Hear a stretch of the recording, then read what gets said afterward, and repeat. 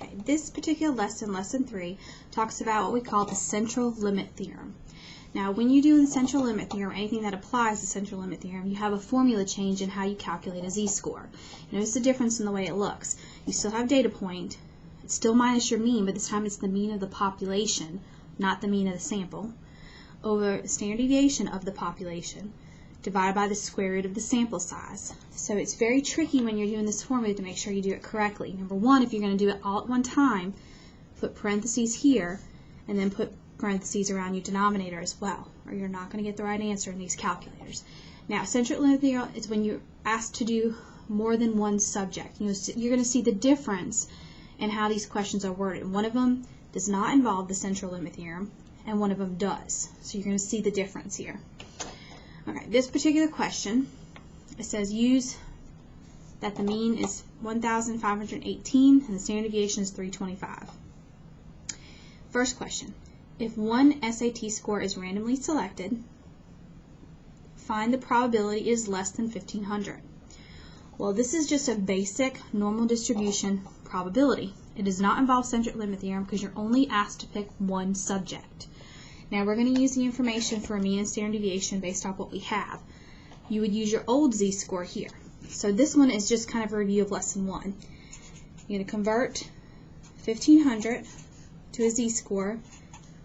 So it's data point minus the mean over the standard deviation. All right, when you do this,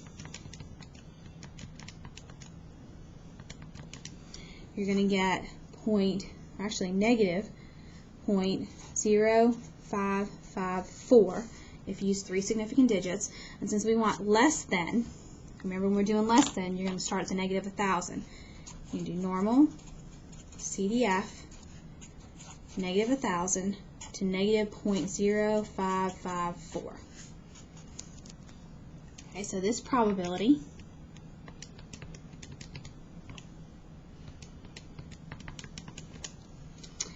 is 0.478, or a 47.8% chance of you picking one person and finding that they have a z-score, or not a z-score, but a SAT score that is less than 1,500. Okay? Now, look at the difference in this way the second question is worded. Notice this did not involve the central limit theorem at all. Just a typical normal distribution type problem. All right, well, when I get into this problem, hopefully you see the difference in the wording. This one says if 100 SAT scores are randomly selected, find the probability they have a mean less than 1,500. Well, it's almost the same question. Here are the two questions side by side. Okay, it's almost the same question. What's the difference? Well, the difference is here we're picking 1, here we're picking 100. That is the key element to let you know to use the central limit theorem when you're picking more than one. Okay, it's still normally distributed. They would tell you all that. So you still know you're doing a normal distribution problem, but it involves the central limit theorem. So this time I'm going to do my new z-score formula. So I'm going to do data point, which is still 1,500, minus the mean, which is still 1,518, okay, over the standard deviation, which is still 325. Here's the difference. Over the square root of the sample size, which is 100.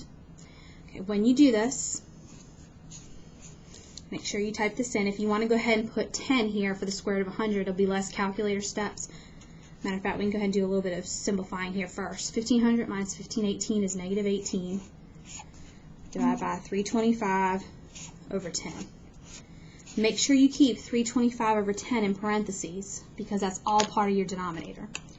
So I'm going to do negative 18 divided by parenthesis 325 over 10.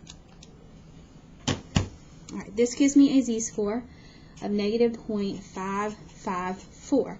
Notice how similar it looks. The only difference is the decimal points moved one place over. The last one we got 0.0554. This is 0.554, and that's the only difference. Okay, then we're going to do normal, CDF, still doing less than, so negative 1,000 to negative 0.554.